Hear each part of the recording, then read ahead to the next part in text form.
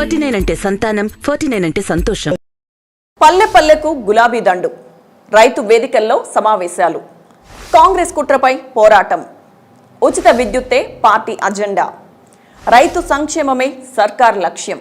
వ్యవసాయానికి 24 గంటల ఉచిత విద్యుత్ విధానంపై కాంగ్రెస్ చేస్తున్న కుట్రకు వ్యతిరేకంగా బీఆర్ఎస్ సర్కార్ పోరాటానికి సిద్ధమైంది.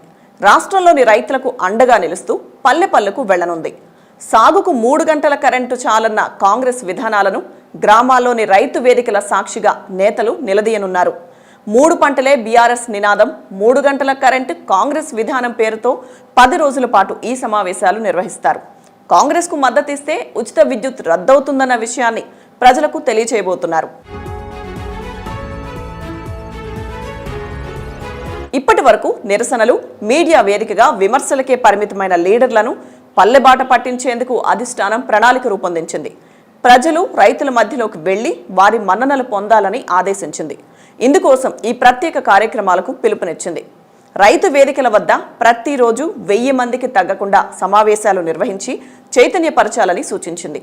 కాంగ్రెస్ పార్టీవి రైతు వ్యతిరేక విధానాలని ప్రజల్లోకి తీసుకువెళ్లాలని ఆదేశించింది.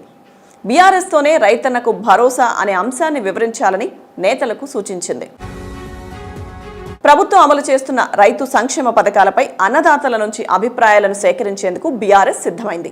అంతేకాకుండా ఉచిత కరెంటుపై రేవంత్ రెడ్డి చేసిన వ్యాఖ్యలు రైతులకు ఏ మేరకు రీచ్ అయ్యాయి, వాటితో హస్తం పార్టీకి ఏమైనా నష్టం చేకూరుతుందా, బీఆర్ఎస్ ప్రతి విమర్శలతో పార్టీకి మైలేజ్ వచ్చిందా అని నేతలు ఆరా తీనున్నారు. 10 రోజుల పాటు నిర్వహించే రైతు సమావేశాలు ఏ మేరకు కలిసి వస్తాయనే దానిపైన అధిష్టానం ఫీడ్బ్యాక్ తీసుకోనుందని తెలుస్తోంది. ఇందుకు సంబంధించి పక్కా ప్రణాళికతో ముందుకు వెళ్లేందుకు కసరత్తు చేస్తుంది. రుణమాఫీపై రైతుల్లో ఎలాంటి అభిప్రాయం ఉంది, 1,00,000 మాఫీ చేస్తే పార్టీకి ఏ మేర కలిసి వస్తుంది అనే అంశాన్ని కూడా పరిశీలిస్తున్నట్లు తెలిసింది. పార్టీ లీడర్లు ఎప్పుడూ ప్రజల మధ్య ఉండేలా బీఆర్ఎస్ హైకమాండ్ ప్లాన్ చేస్తుంది. ఇందుకోసం అంది వచ్చిన ప్రతి అవకాశాన్ని సద్వినియోగం చేసుకోవాలని భావిస్తుంది. ఆత్మీయ సమ్మేళనాల పేరుతో ఇప్పటికే క్షేత్రస్థాయి కార్యకర్తల్లోకి వెళ్ళింది. దశాబ్ది ఉత్సవాల పేరుతో 21 రోజుల పాటు ప్రత్యేక కార్యక్రమాలను నిర్వహించింది. ఇప్పుడు ఉచిత కరెంటుపై రేవంత్ రెడ్డి చేసిన వ్యాఖ్యలతో మళ్లీ ప్రజల్లోకి వెళ్లేందుకు డిసైడ్ అయింది. ఇందులోనే రైతు బీమా, రైతు బంధు, ఉచిత కరెంట్, రైతు సంక్షేమం కోసం చేపడుతున్న కార్యక్రమాలను పార్టీ నేతలు వివరించనున్నారు. ఇందుకోసం రైతు వేదికలను వినియోగించుకునేందుకు సిద్ధమైంది. ఎలక్షన్స్ దగ్గర పడుతున్న కొద్దీ పార్టీలు మరింత శరవేగంగా ప్రజల్లోకి దూసుకెళ్తున్నాయి. కొత్త ఆయుధాలతో ప్రతిపక్షాలపై దాడి చేస్తున్నాయి. ఇప్పుడు కాంగ్రెస్ చీఫ్ రేవంత్ చేసిన వ్యాఖ్యలు బీఆర్ఎస్కు ఆయుధంగా మారాయి.